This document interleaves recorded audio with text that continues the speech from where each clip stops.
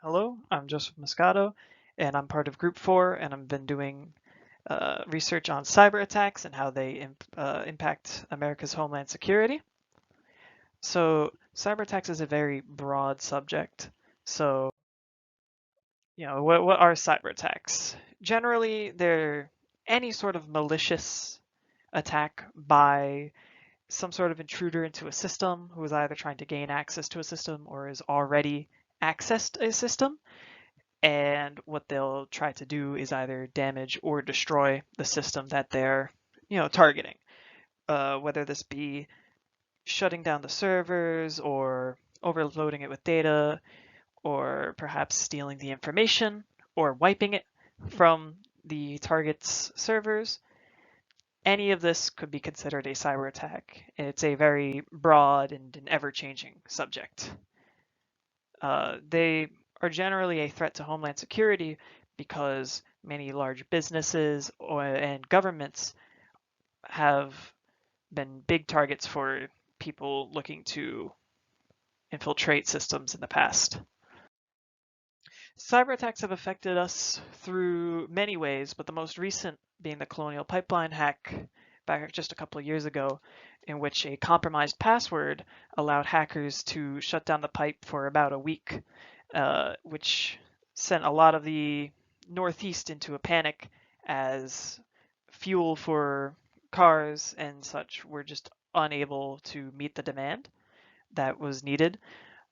So a lot of lines in gas stations, a lot of people who couldn't get gas because they were running out, and higher prices and such.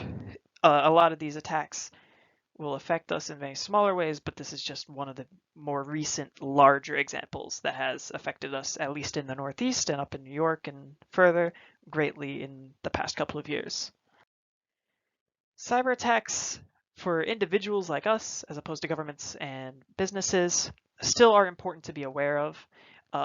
There's a lot of damage that gets done through just more broad malware that you may get from clicking a suspicious link online or downloading a program that you should have not trusted. Um, Things such as ransomware, which holds your data for a ransom, or spyware, which will track what you're doing and your keystrokes online and stuff in order to get your information and logins and such to steal your identity, have costed individuals over 300 billion and annually, and it only looks like it's going to go up in the future.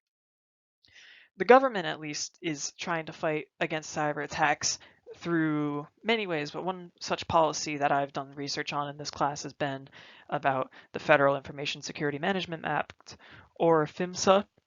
PHMSA was created in 2002 and upgraded in 2014. It helps protect the government against cyber attacks through enacting regulations and rules that federal agencies and contractors have to abide by in order to set a minimum standard for information security and cybersecurity in order to make it more difficult for any would-be hackers or general bad actors to access or tamper with information on the government's servers. So that's about it.